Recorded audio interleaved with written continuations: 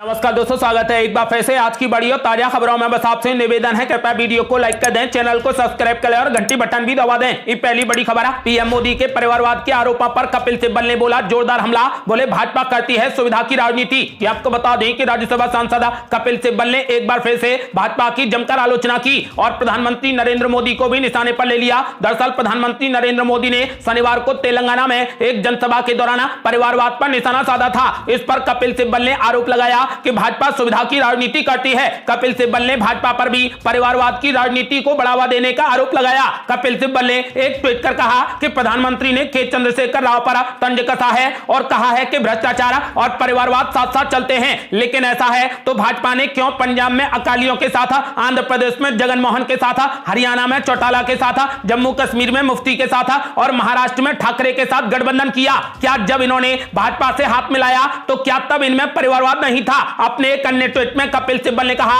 कि भाजपा आम आदमी पार्टी पर भी भ्रष्टाचार के आरोप लगा रही है, लेकिन वहां पर परिवारवाद नहीं है। उन्होंने पीएम मोदी पर हमला बोलते हुए कहा कि भ्रष्टाचार को परिवारवाद से जोड़ने की कोई भी जरूरत नहीं है। बड़ी खबर, गुलाम नबी आजाद ने किया चौंकाने वाला दावा। बोले पीएम मोदी ने कहा था कि कांग्रेस पार्टी बेहद जरूरी है। आपको बता दें कि देश की सबसे पुरानी पार्टी कांग्रेस का पिछले 1-1.5 साल से हाल बेहाल है। कांग्रेस लगातार अपने वजूद की लड़ाई लड़ रही है। इस बीच गुलाम नबी आजाद ने एक चौंकाने वाला दावा किया है। गुलाम नबी आजाद ने कहा कि पीएम मोदी ने कहा था कि राजनीति के लिए कांग्रेस पार्टी बेहद जरूरी है। उन्होंने कहा कि कांग्रेस के पास में फिलहाल अपने आप को बचाते हुए पीएम नरेंद्र मोदी से लड़ने की चुनौती है। उन्होंने कहा कि यह अलग बात है कि पीएम मोदी जैसा लोकप्रिय चेहरा अभी कांग्रेस के पास नहीं है। इस मुश्किल की घड़ी में कांग्रेस को पुराने और विश्वसनीय नेताओं से लेकर अब युवा नेता भी छोड़ रहे हैं। गुलाम नबी आजाद ने ऐलान कर दिया है कि मात्र राहुल गांधी की ही वजह से पिछले कुछ समय में 3 दर्जन नेताओं ने कांग्रेस से इस्तीफा दे दिया। बड़ी खबर, भाजपा को सत्ता से बेदखल करने के लिए सत्यपाल मलिक का बड़ा ऐलान। बोले मैं चुनाव नहीं लड़ूंगा, लेकिन कांग्रेस, सपा और आरएलडी के पक्ष में करूंगा प्रचार। आपको बता दें कि जिस बीजेपी ने सत्यपाल मलिक को बिहार, जम्मू कश्मीर, गोवा सहित कई राज्यों का राज्यपाल बनाया, वो सत्यपाल मलिक अब भाजपा को केंद्र से बेदखल करने के लिए 2024 में कांग्रेस, सपा और आरएलडी सहित अन्य पार्टियों के पक्ष में चुनाव प्रचार करने की तैयारी में है। उन्हें आज भी बीजेपी के कई नेता पसंद हैं, लेकिन आज भी कई नेताओं से नाराज हैं। आपको बता दें कि सत्यपाल मलिक भाजपा को केंद्र से बेदखल करने के लिए 2024 में कांग्रेस, सपा और आरएलडी सहित अन्य पार्टियों के पक्ष में चुनाव प्रचार करने की तैयारी में हैं। उन्होंने ऐलान कर दिया है कि मैं चुनाव तो नहीं लड़ूंगा, लेकिन बीजेपी के खिलाफ चुनाव प्रचार करूंगा।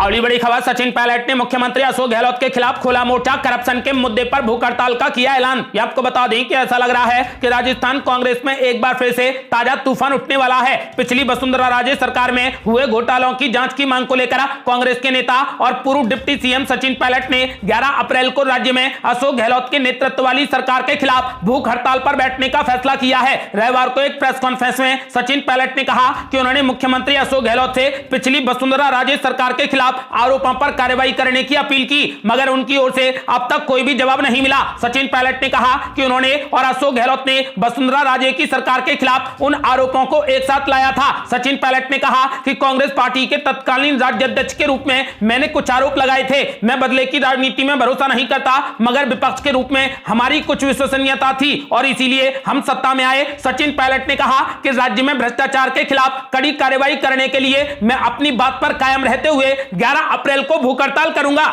और बड़ी खबर, शरद पवार को कांग्रेस नेता अलका लामा ने बताया लालची तो देवेंद्र फडणवीस बोले पॉलिटिक्स को गंदा बना रहे राहुल गांधी। आपको बता दें कि राष्ट्रवादी कांग्रेस पार्टी के नेता शरद पवार के अडानी पर दिए गए बयान को लेकर राजनीति ज्यादा गर्मा गई है। बयान को लेकर एनसीपी की लंबे समय से सहयोगी रही कांग्रेस पार्टी की नेता अलका लामा ने शरद पवार पर जोरदार हमला बोला। इसे लेकर महाराष्ट्र के डिप्टी सीएम और बीजेपी नेता देवेंद्र फडणवीस ने कांग्रेस पर निशाना साधा है। देवेंद्र फडणवीस ने राहुल गांधी पर भारतीय राजनीति को दूषित करने का आरोप लगाया। देवेंद्र फडणवीस ने अलका लामा के ट्वीट को शेयर करते हुए कहा कि राजनीति आएगी और जाएगी, लेकिन 35 साल के अपने लंबे समय से सहयोगी और भारत के सबसे वरिष्ठ राजनीतिक नेताओं में से एक और महाराष्ट्र के 4 बार के मुख्यमंत्री शरद पवार पर कांग्रेस नेता का यह ट्वीट निंदनीय है। राहुल गांधी भारत की राजनीति को दूषित कर रहे हैं। आपको बता दें कि गौतम अडानी पर शरद पवार की टिप्पणी के बाद कांग्रेस नेता अलका लामा ने उन पर हमला बोला था। अलका लामा ने ट्वीट कर कहा कि डरे हुए लालची लोग ही आज अपने निजी हितों के चलते तानाशाह सत्ता के गुण गा रहे हैं। उन्होंने कहा कि पूंजीपति चोरों से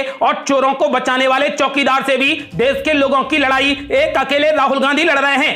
अगली बड़ी खबर, कर्नाटक चुनाव के लिए आज लग सकती है बीजेपी प्रत्याशियों के नामों पर मुहर। जेपी नड्डा के घर चल रही बड़ी बैठक। आपको बता दें कि कर्नाटक विधानसभा चुनाव के लिए भाजपा आज अपने प्रत्याशियों के नामों की घोषणा कर सकती है। भाजपा की केंद्रीय चुनाव समिति की बैठक आज जेपी नड्डा के आवास पर हो रही है, जिसमें प्रत्याशियों के नामों पर मुहर लगने की पूरी संभावना है। इससे पहले शनिवार को पार्टी अध्यक्ष जेपी नड्डा के नई दिल्ली स्थित आवास पर पार्टी की संसदीय दल की बैठक हुई, जिसमें केंद्रीय गृह मंत्री अमित शाह और कर्नाटक के मुख्यमंत्री बसवराज बम्बई भी शामिल हुए। सूत्रों ने बताया कि संसदीय बोर्ड की बैठक में कर्नाटक भाजपा अध्यक्ष नलिन कुमार कटील, कर्नाटक के पूर्व मुख्यमंत्री बीएस येदियुरप्पा, केंद्रीय मंत्री मनसुख मांडविया और राज्य के अन्य नेता भी मौजूद थे। बैठक में संभावित उम्मीदवारों के नाम पर चर्चा हुई। माना जा रहा है कि प्रत्याशियों की एक सूची भी लगभग बनकर तैयार हो गई है। आज होने वाली पार्टी की केंद्रीय चुनाव समिति की बैठक में इस पर चर्चा के बाद मुहर लगा दी जाएगी। अगली बड़ी खबर, पीएम नरेंद्र मोदी के कर्नाटक दौरे पर कांग्रेस पार्टी ने बोला जोरदार हमला। कहा आज कर्नाटक में खूब तमाशा करेंगे पीएम मोदी। आपको बता दें कि पीएम नरेंद्र मोदी आज कर्नाटक के चामराजनगर स्थित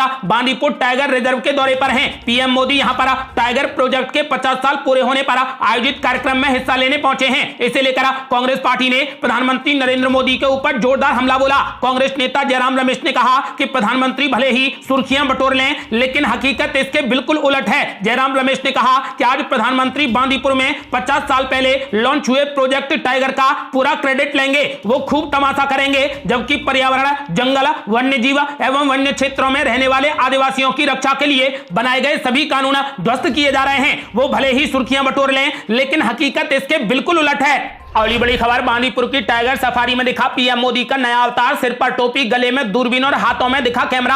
आपको बता दें कि कर्नाटक के बांदीपुर में प्रोजेक्ट टाइगर के 50 साल पूरे होने पर प्रधानमंत्री नरेंद्र मोदी ने टाइगर रिजर्व का दौरा किया। पीएम मोदी अपने इस दौरे में एक अलग अंदाज में नजर आए। आपको बता दें कि पीएम मोदी ने सिर पर काली टोपी पहनी, इसके साथ ही उन्होंने खाकी रंग की पैंट, कैमोफ्लेज टी शर्ट और काले रंग के जूते पहने। फोटो में प्रधानमंत्री अपने हाथ में एडवेंचर गोलेट स्लीवलेस जैकेट भी लिए नजर आए। नरेंद्र मोदी ने अपने इस दौरे पर बांदीपुर टाइगर रिजर्व में 20 किलोमीटर सफारी जीप की भी सैर की। आपको बता दें कि पीएम नरेंद्र मोदी ने बांदीपुर टाइगर रिजर्व का दौरा पूरा करने के बाद टाइगर प्रोजेक्ट के 50 वर्ष पूरे होने पर एक कार्यक्रम का भी उद्घाटन किया। पीएम नरेंद्र मोदी ने भारत में बाघों की संख्या के आंकड़े जारी करने के बाद कहा कि हम सभी एक बेहतर और बेहद महत्वपूर्ण पड़ाव के साक्षी बन रहे हैं। प्रोजेक्ट टाइगर को 50 वर्ष पूरे हो गए हैं। भारत ने न सिर्फ टाइगर को बचाया है, बल्कि उसे फलने फूलने का एक बेहतरीन इकोसिस्टम भी दिया है। अगली बड़ी खबर, कर्नाटक चुनाव से पहले कांग्रेस पार्टी ने खेला बड़ा दांव। पूर्व सांसद बीएन चंद्रप्पा को बनाया कार्यकारी अध्यक्ष। आपको बता दें कि कर्नाटक विधानसभा चुनाव से ठीक पहले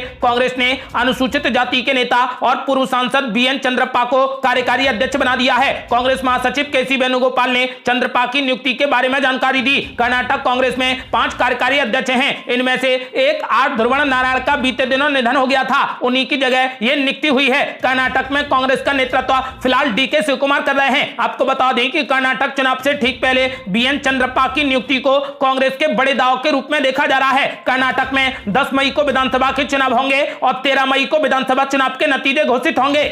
अगली बड़ी खबर, मन की बात के जरिए मुस्लिमों के बीच में पैठ बनाएगी बीजेपी। मदरसों दरगाहों में किया जाएगा प्रसारण। आपको बता दें कि मुस्लिमों को रिझाने के लिए बीजेपी उत्तर प्रदेश में खास तैयारी कर रही है। यूपी बीजेपी इकाई के अल्पसंख्यक मोर्चा ने मदरसों और दरगाहों सहित राज्य में मुस्लिम समुदाय से जुड़े 100 से अधिक स्थानों पर प्रधानमंत्री नरेंद्र मोदी के 100वें मन की बात का व्यापक प्रसारण आयोजित करने की योजना बनाई है। अल्पसंख्यक मोर्चा के अध्यक्ष कुंवर वासित अली ने शनिवार को इस मामले में जानकारी दी। मन की बात का 100वां एपिसोड 30 अप्रैल को प्रसारित होगा। अगली बड़ी खबर, कांग्रेस और शरद पवार में टकरार। 2024 में कैसे बनेगी गठबंधन सरकार? मोदी के चमत्कार को विपक्ष भी कर रहा नमस्कार। आपको बता दें कि लोकसभा चुनाव 2024 के लिए देश भर में विपक्ष की एकजुटता के दावे को एक इंटरव्यू ने करीब करीब चकनाचूर कर दिया है। अडानी मुद्दे पर शरद पवार ने बात की तो कांग्रेस समेत विपक्ष के ज्यादातर दलों की एकजुटता के दावे एक झटके में चूर चूर हो गए। एनसीपी प्रमुख शरद पवार के बयान के बाद विपक्षी खेमे में दरार तब सबसे ज्यादा गहरी हो गई जब कांग्रेस की नेता अलका लामा ने ट्वीट किया कि डरे हुए लालची लोग ही आज अपने निजी हितों के चलते तानाशाह सत्ता के गुण गा रहे हैं। पूंजीपति चोरों से और चोरों को बचाने वाले चौकीदार से देश के लोगों की लड़ाई एक अकेले राहुल गांधी लड़ रहे हैं। विपक्षी एकता की उम्मीद को उसी समय झटका लग गया था जब अडानी मुद्दे पर जेपीसी जांच की मांग को जोर शोर से उठाने वाली कांग्रेस को एनसीपी अध्यक्ष शरद पवार ने गलत ठहरा दिया था। शरद पवार शनिवार को मीडिया से बातचीत में बोले कि मैंने यही कहा कि जेपीसी की जांच की कोई जरूरत नहीं है क्योंकि जेपीसी की कोई भी जांच प्रभावी तरीके से नहीं हो सकती है। शरद पवार के बयान से कांग्रेस समेत पूरे विपक्ष को तो जोरदार झटका लगा ही, लेकिन इस झटके को शरद पवार के भतीजे अजीत पवार ने और जोरदार बना दिया। महाराष्ट्र के पुणे में राष्ट्रवादी कांग्रेस पार्टी ने इफ्तार पार्टी आयोजित की थी। इस इफ्तार पार्टी ने कांग्रेस के जले पर नमक छिड़कने का काम किया। आपको बता दें कि इफ्तार पार्टी में पहुंचे अजीत पवार ने विपक्षी एकजुटता को शरद पवार से भी बड़ा झटका दे दिया। अजीत पवार ने कहा कि आपको क्या लगता है, इससे मुझे लेना देना नहीं है। जो इंसान 9 साल में पंत प्रधान के तौर पर काम कर रहा है, जिनके नाम पर 2014 में उस पार्टी को बहुमत मिला, जिनके सिर्फ 2 MP थे, ये करिश्मा मोदी जी का ही है। मोदी जी के मैजिक स्पेल में पड़े अजीत पवार इतने पर ही नहीं रुके, उन्होंने उनकी डिग्री को लेकर उठ रहे सवालों को भी फिजूल करार दे दिया। उन्होंने कहा कि अब 9 साल के बाद यह मुद्दा क्यों उठाया जा रहा है, इसका क्या फायदा हुआ। राजनीति में डिग्री की कोई शर्त नहीं होती है। लोगों ने सब देखा है, लोगों ने प्रधानमंत्री का काम भी देखा है। एनसीपी चीफ शरद पवार ने हाल ही में अडानी मुद्दे पर हिंडनबर्ग रिपोर्ट और कांग्रेस की जेपीसी मांग को लेकर जो कहा है, वो विपक्षी एकता के लिए सबसे बड़े झटके की तरह देखा जा रहा है। अगली बड़ी खबर, त्रिपुरा के मुख्यमंत्री माणिक साहा ने कर दिया बड़ा दावा, बोले बंगाल में सत्ता में आएगी भाजपा, डबल इंजन सरकार से विकास को मिलेगी गति। ये आपको बता दें कि त्रिपुरा के मुख्यमंत्री माणिक साहा ने पश्चिम बंगाल सरकार पर जमकर निशाना साधा। माणिक साहा ने ममता बनर्जी सरकार पर राजनीतिक विरोधियों को लोकतांत्रिक स्थान नहीं देने का आरोप लगाते हुए दावा किया कि राज्य में शांतिपूर्ण विकास करने और पारदर्शी माहौल बनाने के लिए भाजपा आने वाले दिनों में सत्ता में आएगी। माणिक साहा ने राष्ट्रीय पुस्तकालय में एक भारत श्रेष्ठ भारत विषय पर भाजपा द्वारा आयोजित सम्मान समारोह में कहा कि डबल इंजन सरकार राज्य के विकास को गति दे सकती है। उन्होंने बंगाल के लोगों से केंद्र और राज्य में एक ही पार्टी के साथ डबल इंजन मॉडल को अपनाने का आग्रह किया है। अगली बड़ी खबर, महाराष्ट्र में एक बार फिर गुल खिला सकती है चाचा भतीजे की जोड़ी, एनडीए के साथ जा सकते हैं शरद पवार। यहां आपको बता दें कि महाराष्ट्र में बयानों की राजनीति एक बार फिर काफी तेज हो गई है। एक और जहां राष्ट्रवादी कांग्रेस पार्टी यानी एनसीपी के मुखिया शरद पवार ने गौतम अडानी के मामले में सुप्रीम कोर्ट की कमेटी पर भरोसा जताते हुए जेपीसी जांच की मांग को खारिज कर दिया है, तो वहीं उनके भतीजे अजीत पवार ने ईवीएम मशीन के मुद्दे पर विपक्ष को आंख दिखा दी है। माना जा रहा है कि महाराष्ट्र में चाचा और भतीजे की जोड़ी एक बार फिर कोई नया बड़ा गुल खिलाने की राजनीतिक तैयारी में है। इसके अलावा शरद पवार के भतीजे अजीत पवार ने आम आदमी पार्टी समेत अन्य विपक्षी दलों द्वारा प्रधानमंत्री नरेंद्र मोदी की डिग्री के मुद्दे पर भी सभी दलों से अलग राय रखी है। उन्होंने कहा था कि विपक्ष को प्रधानमंत्री मोदी की डिग्री नहीं बल्कि इस पर बात करनी चाहिए कि सरकार में रहते हुए उन्होंने बीते 8 साल में क्या क्या किया है। ईवीएम मशीन के मुद्दे पर विधानसभा में अजीत पवार ने महाराष्ट्र विधानसभा में कहा कि मुझे नहीं लगता कि हमारे देश में इतने बड़े पैमाने पर ईवीएम मशीन में हेराफेरी संभव है। उन्होंने ऐलान कर दिया है कि मुझे ईवीएम मशीन पर पूरा भरोसा है। आपको बता दें कि अब माना जा रहा है कि चाचा भतीजे की जोड़ी महाराष्ट्र में बड़ा गुल खिलाने की तैयारी में है। ऐसा भी माना जा रहा है